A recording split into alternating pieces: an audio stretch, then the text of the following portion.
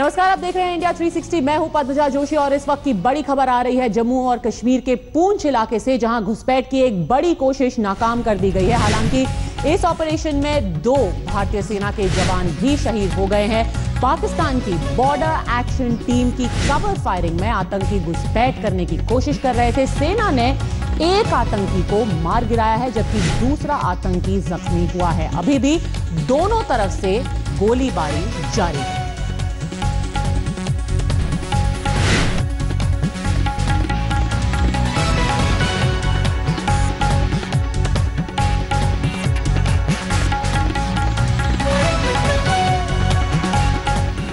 इस खबर पर हम लगातार नजर बनाए रखेंगे। अब बात करते हैं राष्ट्रपति चुनाव की, और यूपीए ने सर्वसम्मति से राष्ट्रपति पद के लिए मीरा कुमार के नाम का आज ऐलान कर दिया। यानी कि मीरा कुमार और रामनाथ कोविंद अब आमने सामने हैं राष्ट्रपति भवन की रेस में। मीरा कुमार दलित है, महिला भी है, यानी एनडीए उम्मीदवार के सामने मीरा कुमार को लाकर यूपीए दलित हितैषी होने का भी अब दांव चल रहा है। आपको बता दें कि मीरा कुमार के नाम पर जो सारी विपक्षी पार्टियां हैं उन्होंने मुहर लगा दी है। अब बहुजन समाज पार्टी ने भी कहा है कि वो मीरा कुमार का समर्थन करेंगी राष्ट्रपति भवन के लिए। तो एक बार यूपीए ने भी फिर से दलित कार्ड खेला है। रामनाथ कोविंद के सामने उन्होंने पूर्व स्पीकर मीरा कुमार को ला खड़ा किया है। उन्होंने ये भी बताया कि ना सिर्फ वो दलित हैं, पर वो फॉरेन सर्विस की अफसर रह चुकी हैं, स्पीकर रह चुकी हैं, और साथ ही साथ बिहार की बेटी भी उन्हें बताया। कुछ ही दिनों में मीरा कुमार अब 27 तारीख को अपना नामांकन भरने वाली है।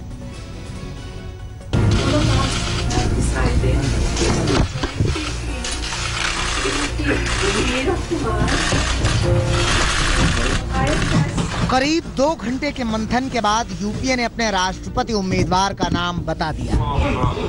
श्रीमती मीरा कुमार।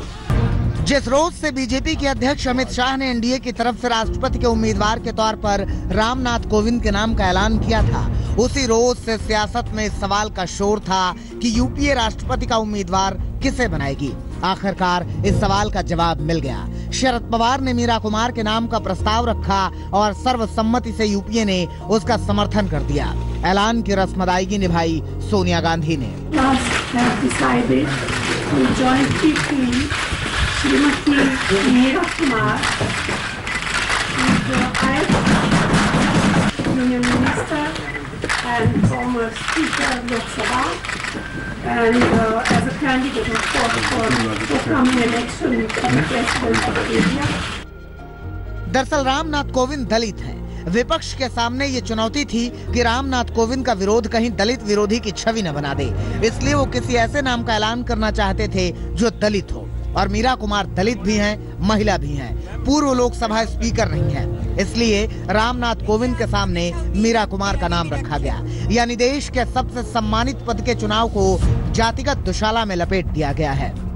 राष्ट्रपति का चुनाव दलित के इर्द गिर्द घूम रहा है। खास बात यह है कि लालू प्रसाद यादव ने मीरा कुमार को बिहार की बेटी बताकर एक नया दांव खेल दिया है।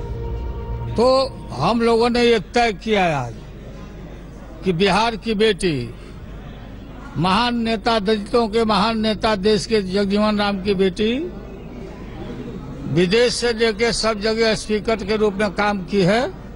हम आइडियोलॉजी की लड़ाई लड़ते हैं। लालू यादव का ये दांव नीतीश कुमार को पशुपेश में डाल सकता है, क्योंकि जेडीयू पहले ही रामनाथ कोविंद को समर्थन का ऐलान कर चुकी है। अब फैसला नीतीश कुमार को करना है कि वो किसके पाले में है।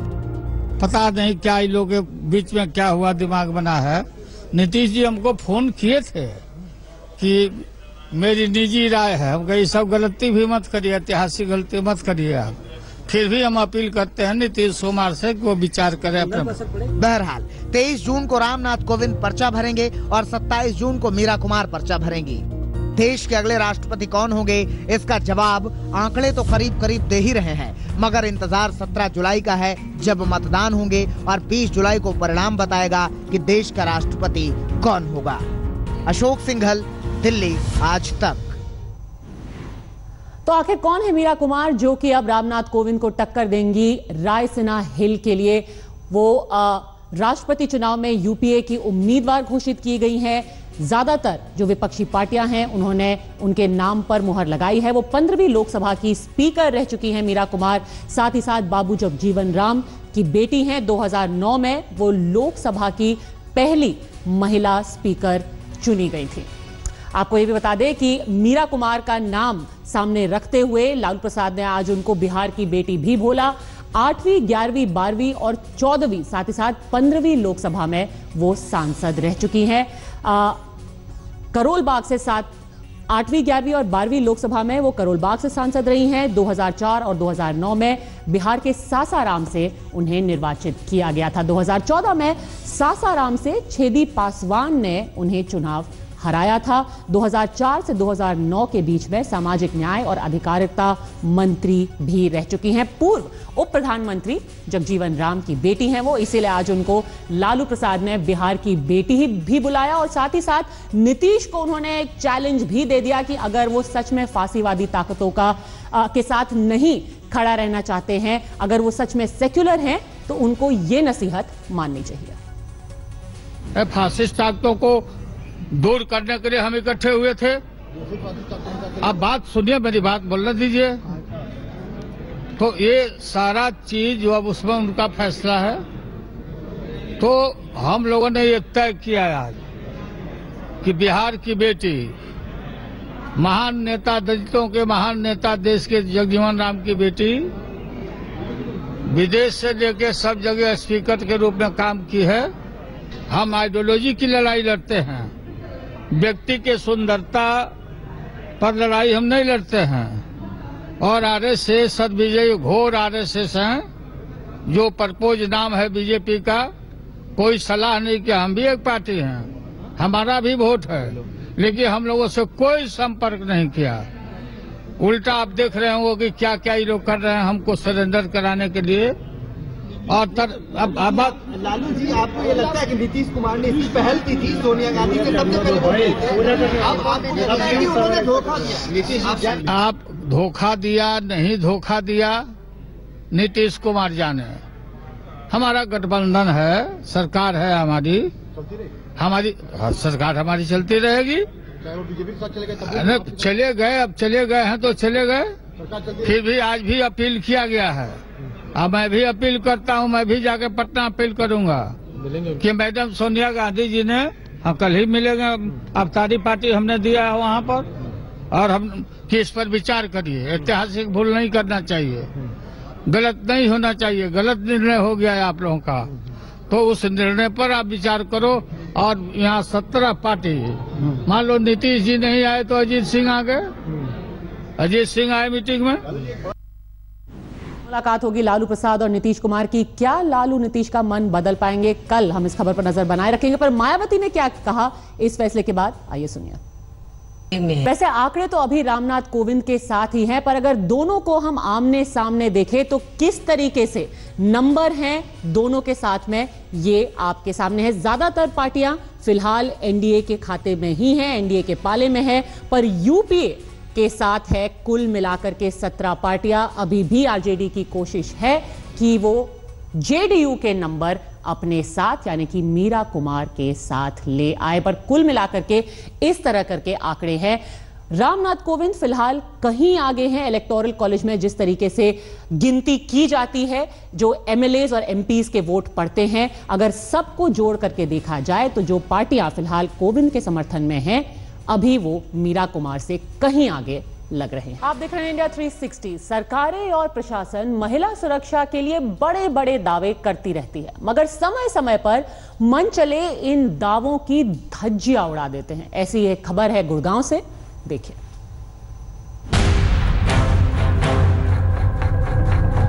कैमरे में कैद हुए छेड़छाड़ के 5 पापी।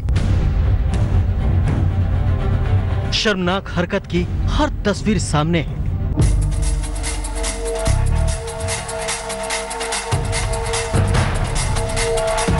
साइबर सिटी की डरावनी तस्वीर है ये।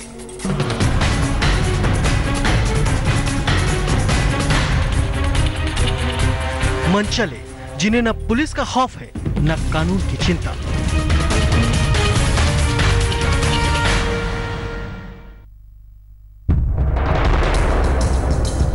पहली नजर में यह तस्वीर बेहद सामान्य सी लगती है, मगर इसके भीतर की जो सच्चाई है वो सुनेंगे तो सोचेंगे कि दिल्ली से सटा गुरुग्राम चाहे जितनी तरक्की कर रहा हो, मगर इस शहर में लड़कियों का बाहर निकलना अब भी खतरे से खाली नहीं है।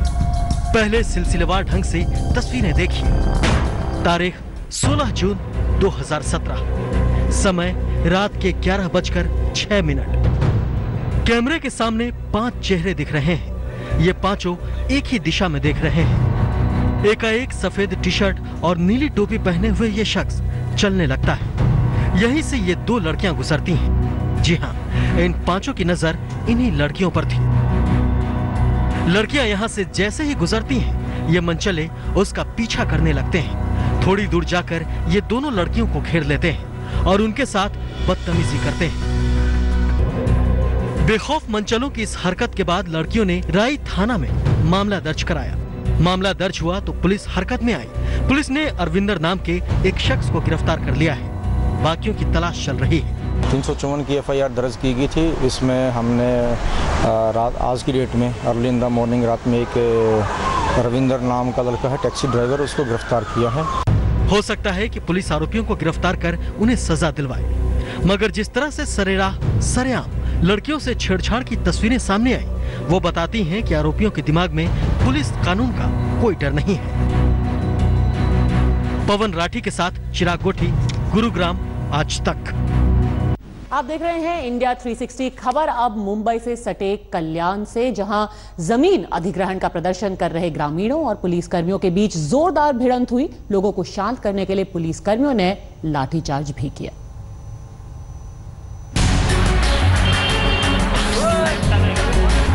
ये जलती हुई पुलिस की बस, धू-धू कर जलती मोटरसाइकिल, सड़क पर लाठी डंडों के साथ हिंसक भीड़ और खून पुलिसकर्मी।